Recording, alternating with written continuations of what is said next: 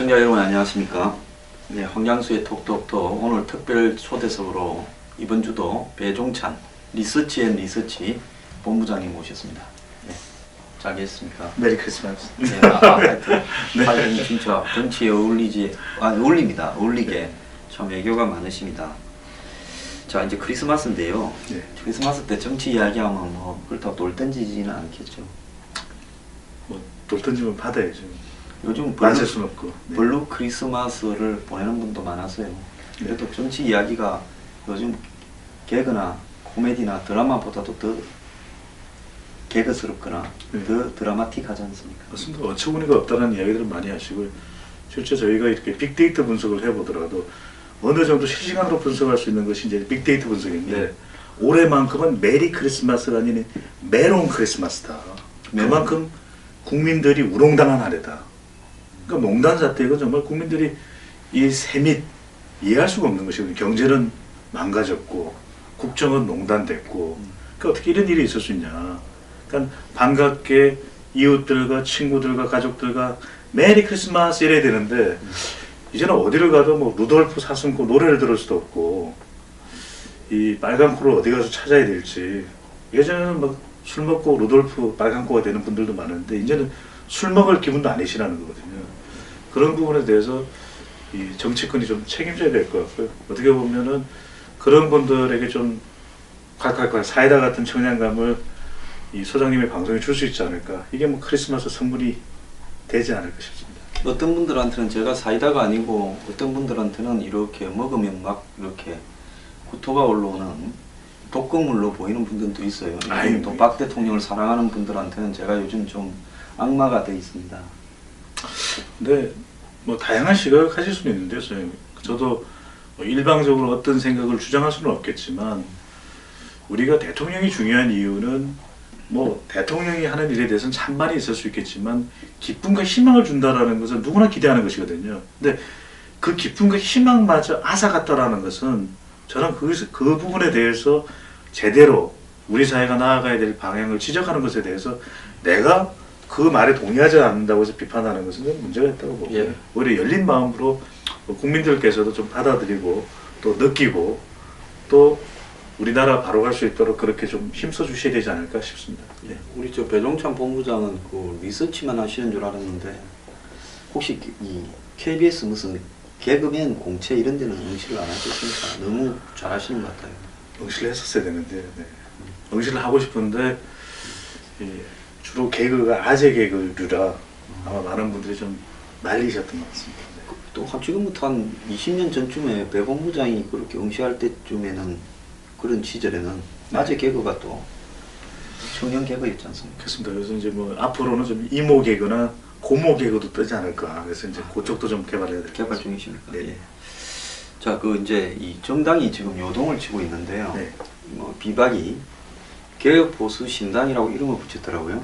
원래 개혁 보수는 제 책 제목이고 저기 보면 나중에 책 하나 좀 갈 때 또 챙겨드릴게요. 네네, 꼭 좀 챙겨주세요. 개혁 보수의 미래 어디가 책이 있었는데? 저기 있습니다. 개혁 보수의 예, 미래. 그 개혁 보수의 미래. 제 시력은 또 좋으니까. 네, 그리고 제가 항상 개혁 보수를 이야기를 네. 한국에서 제일 많이 한 사람인데 네. 오늘 유승민, 김무성 두 사람이 만드는 당이 개혁 보수라고 이름을 달더라고요. 뭐 네. 이름은 빌려는 제가 주려고 하는데 네. 근데 로열티라도 받으셔야 되죠. 그 뭐 자기들은 뭐 내보고 네. 또 그거 저작권 등재를 안 했으니까 어쩔 수 없다 하겠죠. 네.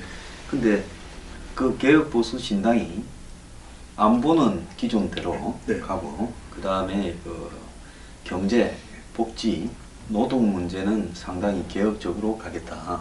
네. 중도 이상으로 옮기겠다. 이렇게 네. 이야기하고 있고 또 그 무슨 교과서 문제 네. 이런 데도 반대한다. 네. 국정교과서 이렇게 이야기를 하더라고요. 네. 그래서 그 당이 지금 정한 포지션 이런 네. 부분에서 이 정당의 그 정책 스펙트럼에 대한 포지셔닝이라 하지 않습니까? 네. 지금 한국에 보면 정의당부터 이제 좌에서 오른쪽까지 이 새누리당까지 당이 쭉 있잖아요. 네. 그 개혁 보수 신당의 포지션이 어느 정도 위치에 이렇게 있을 것 같습니다. 중간을 오라고 하고 네. 이 거구를 10이라고 극자를 제로라고.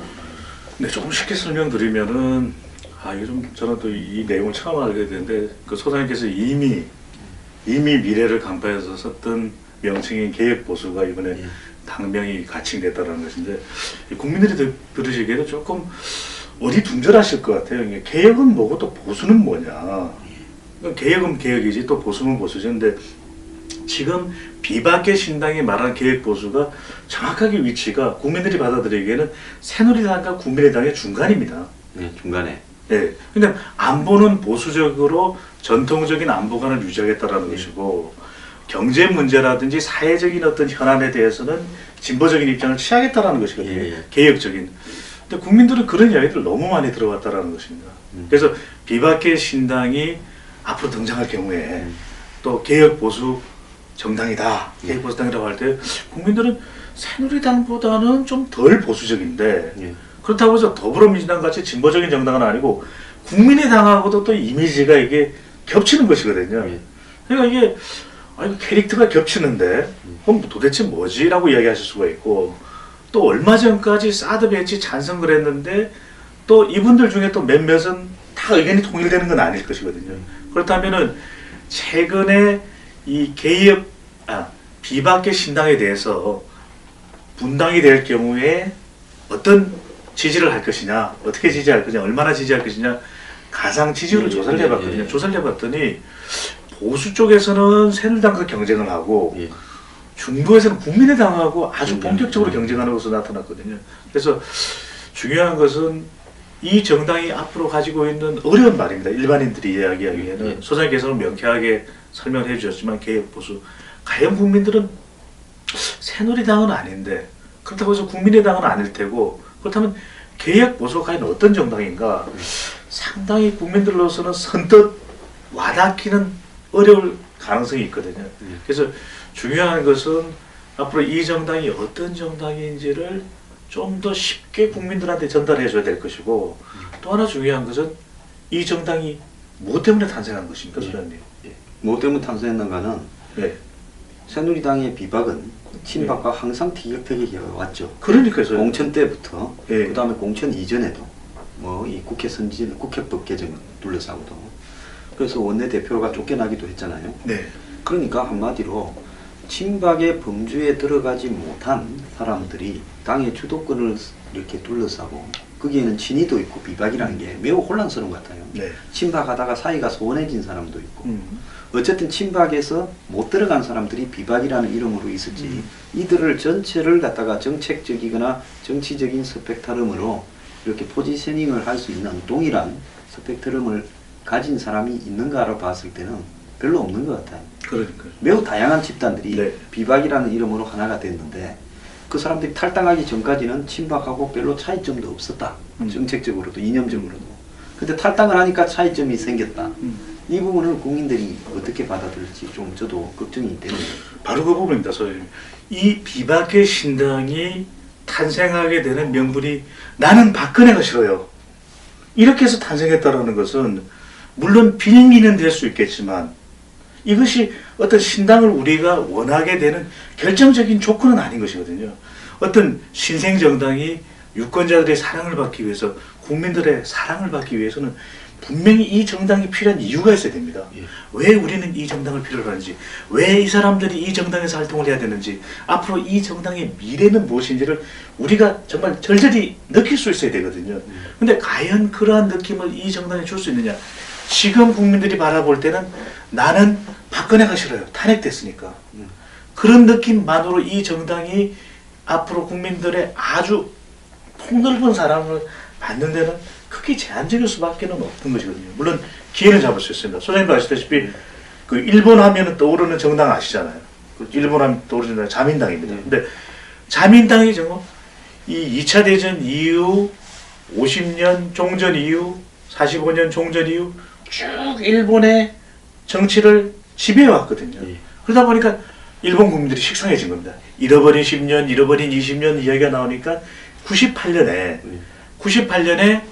민주당이라는 정당이 나왔습니다. 예, 그것은 이제 그것도 새로 네. 떨어진 야당 세력이 처음부터 새로 만들어져서 쭉 온 게 아니라 네. 그 주는 자민당에서 떨어져 나간 네? 그 오자와입니까? 뭐. 그러니까요. 예, 그런 사람들의 일부 하토야마. 네, 하토야마 이런 사람들이 가서 민주당을 만들었죠. 네. 그래가 또 집권을 그때 잠깐 했고, 그죠? 그러니까 예. 뭐 사회당하고 연합해서 했나요? 맞습니다. 사회당에 당시. 그리고 또 그 뒤에 또 얼마 전에 또 잠깐 네. 이번에 아베 되기 직전에 네. 잠깐 한 2년 지배를 했죠. 네. 그런데 그 당이 지금은 또 존재감이 매우 약화돼 버렸지 않습니까? 그것이 결국은 이 당의 존립 목적이 자민당과 얼마나 차별이 있는가를 야당으로서 인식을 갖다가 국민들 앞에 제대로 못 심어준 것 같아요. 맞습니다. 그 당시에도 2009년에 와서야 집권을 하게 되거든요. 네. 당시에 참의원 2007년 그 다음에 중의원 선거에서 이제 400 수십 명 중에서 308명이 당선되는. 예, 예. 근데 그때도 보면은 과연 일본 국민들이 이 민주당을 사랑해서 정권 교체를 했었어요. 아니라는 겁니다. 자민당이 너무 자민당이 싫어서. 네, 너무 미웠어요. 자민당이 미워요. 미워 이러면서 민주당이 됐다는 것이거든요. 그렇다면 이 정당이 여실하게 문제점을 드러냈던 것이 이 일본 동북부 예, 대지진이었어요. 원전 사태 네, 그렇습니다. 그래서 무기력했죠. 완전히. 소장님 아시는 대로 그 재난 컨트롤 역할을 못하니까 일본 국민들이 멍미 민주당 아니네.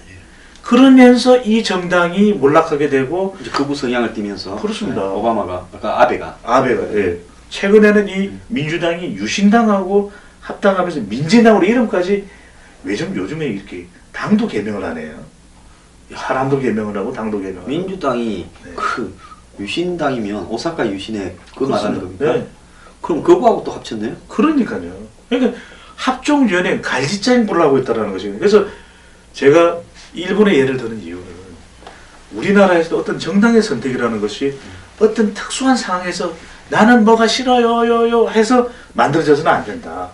그 정당이 탄생하게 되는 뚜렷한 명분과 이유가 있어야만 이 정당을 사랑할 수밖에 없는데 그래야만 아니 최근에 무당청 지지할 정당이 없다는 비율이 한 30% 가까이 되거든요. 그 30%에다 자기 스스로 얻을 수 있는 지지율까지 합하면 대세론이 만들어집니다. 40% 50%. 그래서 2009년에도 1998년에도 이 일본의 민주당이 처음 나타났을 때 지지율이 한 40% 됐어요. 근데 곤두박질 치고 또 곤두박질 친 것이거든요. 그래서 저는 비박계 신당이 소장님의 저서의 명칭처럼 개혁보수라는 걸 내걸으면 좋습니다. 하지만 어떤 정당이지 본인들 스스로가 완전히 충분히 이해한 가운데 내가 몸담고 있는 정당, 우리가 하고 싶은 정치에 대해서 명확하게 이념은 뭔지 그리고 또 우리가 지향하고 있는 어떤 정당의 정책은 뭔지 이념 차별성도 있어야 되고 정책 차별성도 있어야 되거든요. 그리고 또 중요한 것은 어떤 사람들이 모여야 될 것이냐. 아, 누구는 안 된다. 그 사람이 싫기 때문에 또는 누구는 그 사람이 거기에 몸담았기 때문에 안 된다가 아니라 정말 열려있는 정당으로서의 모습을 보여줘야만 성공을 할 수 있어서 저는 뭐 긴 이야기를 짧게 정리를 하면 소장님 이렇게 여론으로 분석을 해봤습니다. 비박계 신당이 잘 되기 위해서는 먼저 정당 지지율. 과연 정당 지지율, 국민들이 지금 이 시대에 바라고 있는 정당의 모습이라야 지지할 수가 있거든요. 적어도 더불어민주당과 어깨를 나란히 할 수 있는 수준의 정당이 빨리 될 수 있느냐. 첫 번째 조건. 두 번째는 유승민 전 원내대표밖에 안 보입니다. 솔직히 이 대선 후보급은. 예, 그게 지금 문제가 예. 이 당의 정강 정책들을 유승민한테 일임했다. 안보는 보수, 뭐 경제, 노동, 복지는 뭐 이 개혁적으로. 저는 한 당이 만들어질 때 그 당의 모든 어떤 이 이념적 칼날을 한 사람한테 위임해서 그걸 포지셔닝을 한다라는 것이 매우 위험할 수 있다. 당원이 중심이 되는 것도 아니고 그냥 인물 몇 명이 탈당해서 당을 만들고 여기에서 이거는 정강정책은 네가 만들어. 자 이렇게 했을 때 이게 일본의 민주당의 갈짓자 행보를 또 반복할 수 있고 나중에 나는 거기에 동의하지 않는데라고 될 수 있어서 34명이 탈당을 하면 최우선으로 다른 거 하지 말고 34명이 워크숍을 한 일주일이라도 가서 집중 밤샘 난상 토론을 2주일 해야 됩니다. 2주일 정도, 네. 2주일 3주일이든 네. 그래서 우리 당이 현재 어디에 위치하는가, 우리의 문제는 뭐였는가, 우리가 왜 새누리당에서 나왔고 우리의 정체성은 뭔가, 그리고 한국 사회는 지금 어디로 가고 있는가, 한국 사회의 현재 문제는 무엇인가, 그럼 이 시대에 필요로 하는 국민적 요구는 무엇인가, 이런 거를 계속 단계별로 정리를 하면서 거기에 걸맞게 이렇게 서로 간에 이 합의가 되는 어떤 이 도출점을 찾아야 되는데 저런 식으로 정강정책은 유승민이 네가 제일 똑똑하니까 정리해. 여기 무슨 KDI니까. 그렇죠. 좀 걱정이 되더라고요. 걱정입니다. 좀 KDI라도 좀 했으면 좋겠습니다. 이번에 소장님도 보셨을 텐데 실제로 국회도 지금 현재 불안한 전국 상황에서 이 민생 안정 그리고 국정 공백을 메우는 데 중요한 역할을 하고 있지 않습니까? 이미 땅에 떨어진 대통령, 탄핵당한 대통령한테 뭘 기대를 할 수 있겠습니까? 그렇다면 국회라도 정신을 차려서 그런 모습을 보여줘야 되는데 그런 데 있어서 집권 여당도 중요하고 야당도 중요한데 그런 능력을 지금 보면 뭐 비박계, 친박계, 또 야당은 더불어민주당, 대선행보, 또 뭐 국민의당, 제3지대 이러면서 비문 예, 정작 민생을 챙기고 있는 또 반기문 총장, 또 왈가왈부, 설왕설래. 그러니까 가해 국민들은 지금 연말인데도 연말을 느낄 수가 없고 메리 크리스마스가 아니라 메롱 크리스마스가 되고 있다는 것은 내년 경제 상황도 상당히 어둡다라고 하는 전망이 되고 있지 않습니까? 그러면 말 그대로 저는 국회에서 KDI급 정도의 수준의 역할이라도 좀 해줬으면 좋겠습니다. 더구나 이번 국정조사위 청문회 너무나 실망스럽지 않습니까? 예, 그거 보니까 신문이라도 제대로 읽고 네. 간다든지 우병우를 그렇게 13일 동안인가 우병우 수배를 하니 뭐 하니 해서 한 13일이 아니죠. 한 달 됐죠. 우병우 사라진 지. 그런데 지금 우병우가 온다고 한 지가 한 열흘이 됐던 것 같은데 네. 우병우가 막상 오니까 우병우한테 질문을 하거나 하는 수준이 그냥 모르쇠로 일관하고 때로는 고압적이고 건방지게 일관하는 우병우 하나를 감당을 못하더라고요. 네. 소장님 말씀대로 여태까지 청문회를 쭉 보면서 청문회와 관련된 그런 설문조사도 있었거든요. 우리 국민들이 바라보면서 가장 이상적인 청문회는 그런 이야기를 합니다. 증거. 왜? 증거를 보여줘야 되는 것이죠. 주장하고 호통치면 뭐합니까? 여기가 무슨 호통치는 야단맞는 네 죄를 네가 알렸다 이런 게 또 아닌데 사토식 형태의 청문회를 하고 있고 삼정이라고 그러거든요. 증거, 증명, 증언. 그러면은 정말 빼도 박도 못하는 그런 증명을 해줄 수 있는 사람을 불러서 증언을 듣든지 아니면 그것을 증명할 수 있는 이러이러한 여러 가지의 어떤 상황들 자체를 구성을 해서 그 사람이 도저히 빠져나갈 수 없는 그런 부분들을 갖다 의혹을 밝혀내는 그런 논리를 전개하든지 그러니까 증거, 물증도 없고 또 증명 그런 이런 논리적인 어떤 전개 과정도 없고 마지막으로 그 사람 자체의 의혹을 또 범죄를 밝혀낼 수 있는 사람을 데려올 수 있는 증언의 능력도 없고 그냥 이런 국회에 우리가 그러면은 최선을 다했다 이것만으로도 그냥 우리가 눈 감아주고 덮어줘야 되는 것인지 소장님 조금 여쭙고 싶습니다. 예. 저는 국회의원이 7명에서 9명의 보좌진을 두고 있는데 자기가 공부하기 싫으면 보좌진한테라도 좀 제대로 하게 해서 받아서 좀 제대로 읽어보고 해야 되는데 받아와서 보고 읽는 것도 제대로 못하고 본인이 사태 전개의 전말을 이해하고 있지 못하니까 묻는 질문이 굉장히 동떨어지고 상대방에게 뭘 말해서 캐내려는 게 아니라 TV 중계하에서 자기를 국민한테 어떻게 보일 건가 하는 데만 집중하더라고요. 그래서 참 국회의원들의 자질이 저런데 저 사람들이 지금 개헌을 하겠다 하지 않습니까? 진문진영만 빼고 이 사람도 뭐 생각이 있어서 안 하겠다는 게 아니라 대선을 혼자 먹을 수 있는데 왜 나눠 먹겠냐 해서 이 사람들은 반대하고 지금 오늘 보면 어제 보면 국민의당이 안철수까지 포함해서 당론으로 이혼 집정부제 개헌을 채택하고 그 다음에 제3지대에서 손학규, 김종인 그 다음에 정의화, 이재호 등이 뭐 그 중에 이재호, 정의화는 오래전부터 그랬고 그 사람들 이혼 집정부제 개헌 주장하고 지금 이 비박들도 이혼 집정부제 개헌을 주장하고 안철수는 또 한 발 더 나아가서 2018년 4월달 재보선 때 이 국민투표를 같이 하자 그러면서 2020년 4월달에 총선과 대선의 임기를 맞춘다. 이것도 왜 맞추는가에 국민들이 이해를 잘 못하는 분이 있을 수 있는데 이혼 집정부제 개헌을 하면 국민이 뽑는 대통령은 외교 안보나 한다지만은 껍데기고 국회에서 총리가 장관들 다 임명하고 국정을 다 끌어가는 다 총리 중심제입니다. 독일 대통령이 누군지는 몰라도 독일 총리가 메르켈인 줄은 다 알지 않습니까? 대통령이 누군지 모른다는 것은 그 껍데기 아닙니까?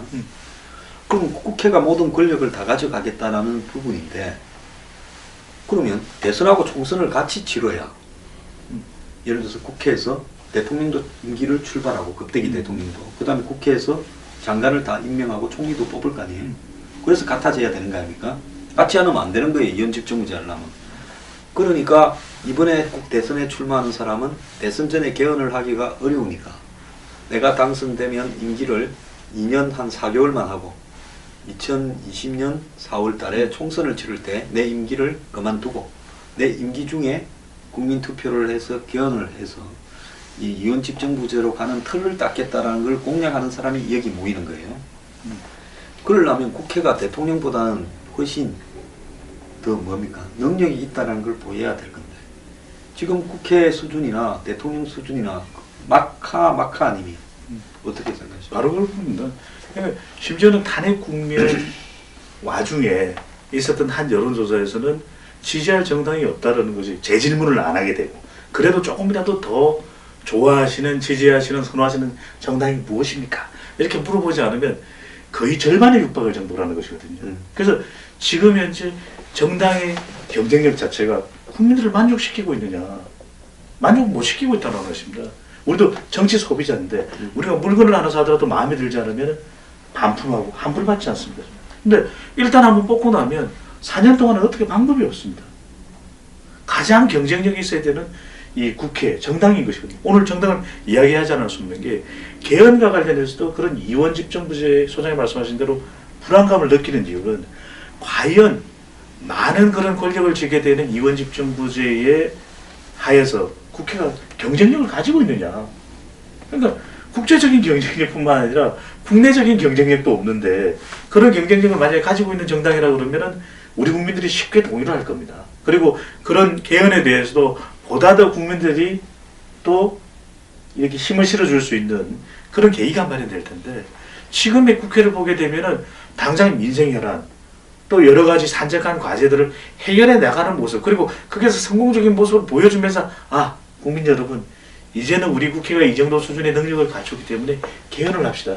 이래야 국민 공감대가 형성되거든요. 근데 다들 보면은 뭔가 개헌 찬성 세력, 반대 세력 물론 개헌이라는 건 중요합니다, 소장님. 근데 그런 부분에 있어서 사전에 그런 공감대를 만들어줘야 되는 것은 당연한 의무 아니겠습니까? 예, 그래서 이원집정부제를 갖다가 이제 좀 선거 결과를 가지고 해석을 해보자면 국회의원하고 이제 대통령을 따로 뽑습니다. 그럼 대통령도 각 당에서 나올 거고 이제 원로가 나오겠지. 네. 실세가 아니니까.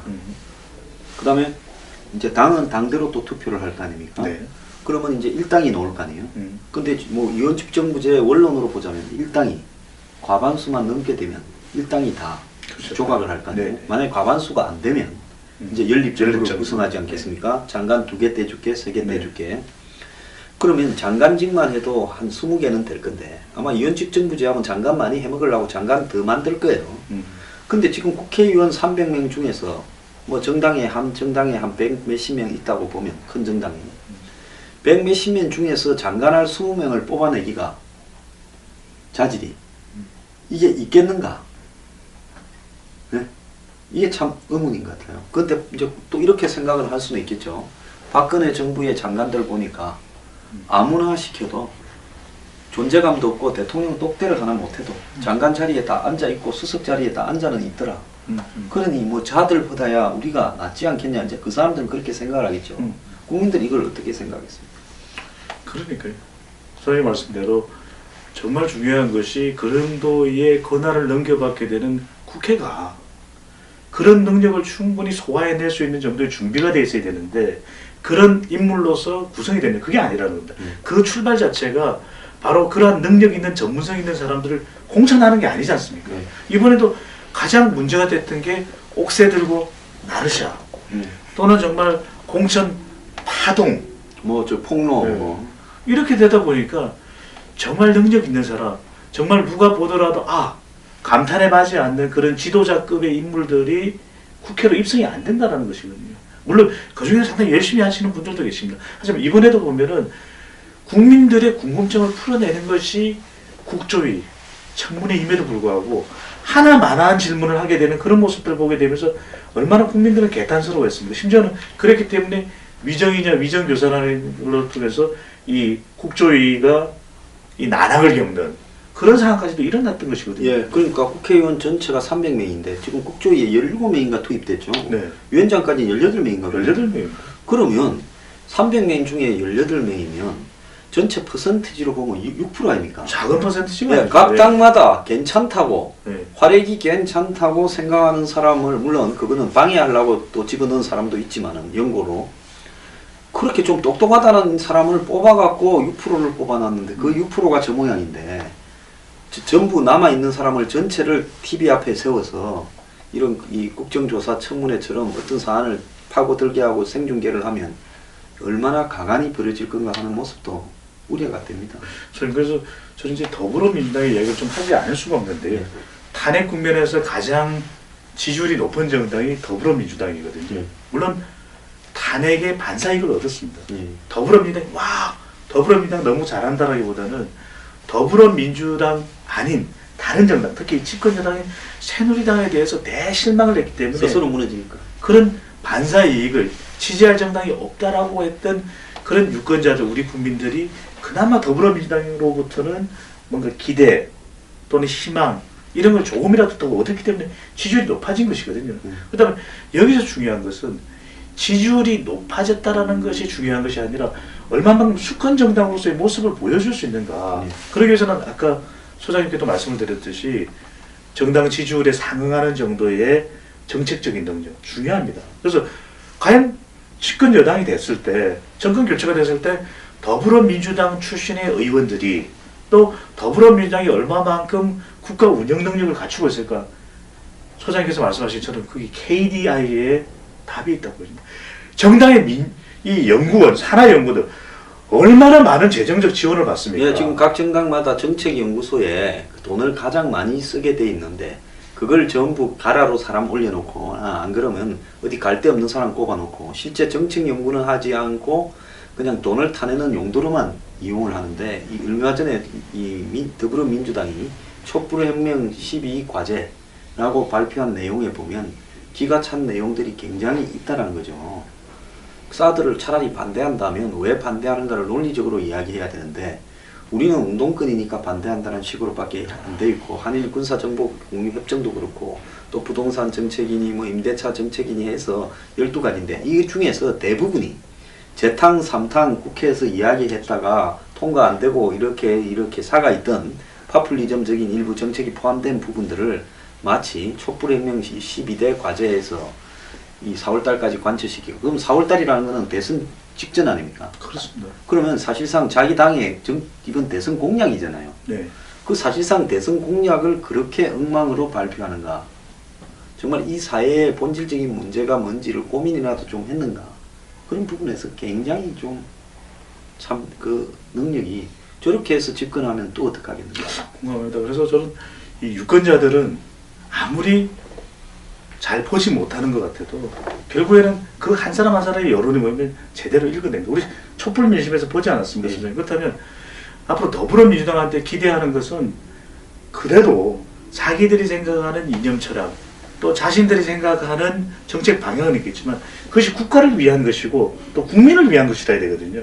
더불어민주당만을 위한 것이라면 안 될 겁니다. 그렇다면 그러한 것을 알아내기 위해서 가장 중요한 정책적인 능력의 보고 중심이 되어야 되는 것은 연구원입니다. 민주정책연구원. 여기에 핵심 역량을 키워서 이번에도 그 산하에 그 내부에 TF팀이 있었다면 국정조사위 많은 그런 조사 또 제보 그리고 우병우 전 수석과 관련해서는 아주 송곳 같은 그런 증거, 증명, 증언 받아낼 수 있었던 것이거든요. 근데 너무나 안타깝다라는 것이고요. 그래서 이 정당의 분석을 하고 있는데 더불어민주당의 경우에는 결국 진보에 머무를 수는 없습니다. 외연을 확대해야만 지지율을 올릴 수 있고 수권정당 가능성이 있거든요. 그다음 반드시 저는 정책 역량입니다. 정책 역량을 통해서 국민들로부터 호응을 받을 수 있는 그런 정당으로 가야 될 것이고 국민의당도 좀 탄핵 국면에서 그렇게 재발견되지 못한 좀 안타까움이 국민의당으로도 있을 텐데 국민의당은 말 그대로 지지율 정체 현상입니다. 제가 제일 네. 좀 안타까운 게 국민의당의 색깔이 네. 대중들이 봤을 때는 굉장히 다양한 컬러로 다가온다는 거예요. 안보 문제만 보더라도 박지원 원내대표는 사드 반대부터 네. 가장 왼쪽에 있는 칼라를 갖고 있어요. 그런데 또 안철수 의원은 안 보는 보수 경제는 진보라면서 지난번에 개성공단 문제나 이럴 때 보면 그 야당 호남에서 가진 정서를 그대로 따라갔거든요. 그러면 국민의당이 이 온건 또 다소 중도 보수라거나 이렇게 비춰지는 부분에서 혼돈스러워요. 이념적 칼라가. 안철수는 뭐고 이 박지원은 뭐고 남은 또 동교동이나 호남 출신 의원들은 뭐고 거기에 또 전문가로 일부 들어가는 의원들은 뭐냐. 그러니까 한마디로 잡다한 색깔을 그냥 한당이라는 이름으로 선거를 위해서 호남표를 얻기 위해서 만드는 그냥 뭐라 그러나 혼성 부대 같은 생각이 들어요. 짬뽕. 맞습니다. 그래서 우리도 아무리 많은 곡을 소녀시대가 불러도 소녀시대의 색깔이 있는 것이거든요. 네. 또 아무리 많은 노래를 불러도 또 AOA의 색깔이 있는 겁니다. 그러니까 이 우리가 이 아이돌 걸그룹을 좋아하는 이유가 노래는 다 달라도 그들만의 색깔이 있거든요. 그리고 구분이 됩니다. 근데 제일 우리 유권자들이 보기에 애매한 것이 중도다. 그럼 어디로 가야 돼? 중도? 3번 출구로 나가야 돼? 4번 출구로 나가야 돼? 우리 미래경영연구소 나오면 9번 출구야. 명확하지 않습니까? 그러니까 그것처럼 중도라는 것이 과연 어떤 의미인지를 먼저 국민의당이 이해를 하고 국민들한테 이해시켜줘야 되는 것이거든요. 또 하나는 뭐냐면 정당의 명칭이 국민의당이니까 아니, 국민은 좋은데 모르겠다. 그럼 어느 국민이냐? 모든 국민? 그럼 모든 국민이 만족하지 않는데 이렇게 돼버리는 거죠. 그래서 정당에서 제일 중요한 것은 지지율을 올리기 위해서는 색깔이 확실해요. 지역 기반과 세대 기반입니다. 그러기 위해서는 그들에게 공감받을 수 있는 그런 정당의 색깔이 나와야 되는데 지금 국민의당을 보면은 한 사람이 아주 강하게 보이고 한 사람이 조금 덜 강하게 보이지만 아주 강하게 보이고 그 외에는 없는 겁니다. 누구냐? 박지원 원내대표입니다. 그냥 국민의당 박지원. 간판이 좀 네. 그래요. 박지원 안철수 사이가 어정쩡해요. 그렇습니다. 그런 다음엔 안철수 전 대표. 그러니까 모르겠다는 겁니다. 일단 국민들이 국민의당을 바라볼 때 모르겠다는 것이거든요. 그게 지금 개혁 보수 신당에도 하는 게 간판이 유시민과 김무성이에요. 김무성 대표도 칼라가 어떨 때는 굉장히 과거의 야권 민추협 수준으로 민주화 투쟁을 하는 면모가 보이다가 어떨 때는 완전히 보수로 돌고 또 유승민 의원 같은 경우는 안 보는 보수 경제는 진보라고 이야기하는데 그걸 위해서 본인이 투쟁을 하거나 싸운 적은 별로 없고 연설문이나 이런 데서만 던져놓고 그걸로 끝이에요. 당내에서 그걸 관철시키기 위해서 이 사람이 정말 고난의 길을 가고 있구나. 그래서 떠날 때 나는 이런 이념이 안 맞아서 떠난 데서는 유시민의 칼라가 확실했을 건데 비대위원장을 정권을 안 줘서 떠난다 이래 됐잖아요. 그렇습니다. 정권 줬으면 안 떠났을 거 아니에요. 바로 그 부분인데요. 국민의당 이야기를 좀 더 말씀을 드리면은 바로 그 부분이 지적될 수 있는 것이거든요. 국민의당을 조금 더 명확하게 해줄 필요가 있는 것입니다. 그래서 지지율을 더 끌어올리기 위해서는 결국 전국 정당화가 돼야 되고 지역적으로는 그 다음에 세대는 더 폭넓게 가장 허리가 될 수 있는 40대를 움켜잡을 수 있는 정당의 모습이 돼야 되는데 그렇게 되려면은 아니, 정당의 프레임이 뭔지를 좀 명확히 알려줘야 됩니다. 아, 국민의당은 어떤 정당 철학을 가지고 있다. 아, 5.18 정신을 계승해서 우리는 호남 정신을 토대로 전국 정당화가 되겠다. 이것을 통해서 통일이 되고 앞으로 동북아 또 유라시아에서 1등 국가를 만들어내겠다. 그러면 와닿거든요. 근데 그것이 아니라 호남에서도 지금의 대체적인 발표되는 또 보도되는 여론조사 결과 호남에서도 더불어민주당보다 밀립니다. 그것이 5.18 정신을 개성한다고 했는데 모르겠다라는 것이고 또 하나는 가장 젊은 정당, 청년 정당이 돼야 되는 것이거든요. 국민의당이 새정치를 이야기했기 때문에.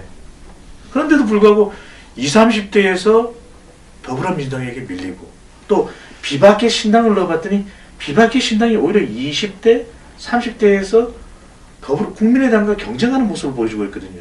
그래서 젊은 청년들이 왜 이 정당을 좋아해야 되고 이 정당원으로 가입하고 싶은 마음이 생기게끔 또 우러나게끔 샘솟게끔 하지 못한다는 겁니다. 이게 킬러 네. 컨텐츠가 뭐냐. 그렇습니다. 그러니까 이런 문제가 앞으로 개혁 보수 신당에도 생길 수 있고 이런 어떤 부분이 있는데 지금 이제 마지막으로 뭐 새누리당이야. 네. 지금 뭐 잔류 강경 보수당으로 가겠죠. 네. 그럼 새누리당 지지율이 앞으로 어떻게 수렴해 갈 거라고? 전화기 그 조사 결과를 보고 깜짝 놀랐던 적이 있었는데 어느 한 조사인데 물론 이제 다양한 조사들이 나오니까 한 조사만 굳이 고집해서 너무 주목해서 보실 필요는 없고 참고입니다. 근데 대통령의 지지율이 탄핵 무렵에 얼마였습니까? 4~5%였지 않습니까?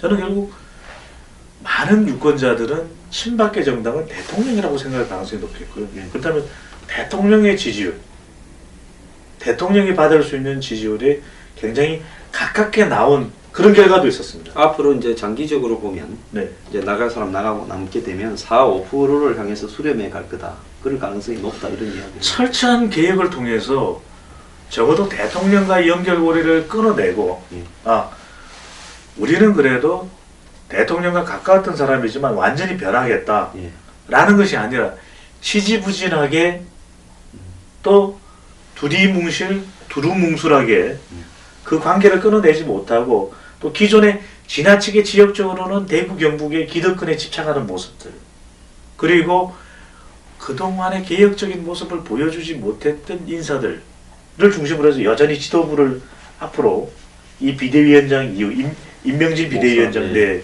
이후에 그런 모습을 보인다면 저는 대통령이 탄핵 때 받았던 그 지지율에서 크게 벗어나기는 어려울 것으로 뭐 조심스럽게 전망을 해보죠. 자 그러면 이 국민의당 지지율이 뭐 13, 14 네? 네. 앞으로 이제 개혁보수 신당의 지지율이 뭐 13, 뭐 국민의당하고 비슷하지 않겠습니까? 네. 시간 조금 가면요. 그래서 지금은 이제 1강 앞으로의 지지율은 2중, 예. 2약이 될 것이다 라는 이야기가 그래서 나오고 그리고 있습니다. 새누리당 지지율은 뭐 당장은 제가 봤을 때 한 뭐 갈랐으면 네. 10% 안팎 되겠죠. 네. 시간이 가면 더 줄어들 가능성이 있고 현대대로라면. 네. 그 다음에 이제 전망으로서 이 더불어민주당은 현재 40%인데 이 당이 계속 40%가 갈까요? 그래서 이 앞으로 더불어민주당의 지지율에 영향을 줄 수 있는 건 한 몇 가지가 있습니다. 한 세 가지 정도 있는데 하나는 이제 새로 탄생하는 왜 기존에 아주 집권 여당으로서 강력한 지지 기반을 가지고 있었던 것이 새누리당이었기 때문에 여기에서 떨어져 나오는 비박계 신당이 얼마만큼 경쟁력을 가질 수 있느냐 이게 1번이고요. 두 번째는 자체적인 겁니다. 과연 더불어민주당이 앞으로는 제1당이기 때문에 이 민생 현안, 수권 능력을 보여. 그렇죠. 수권 능력에 대해서 의심받게 되는 순간 예. 지지율이 또 무너질 수가 있고요. 마지막으로는 대선 후보입니다.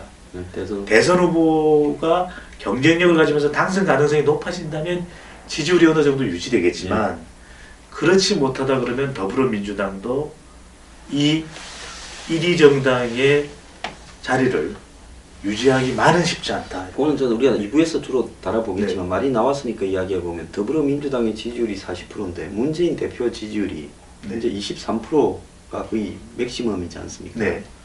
그렇다면 저것도 좀 딜레마네요.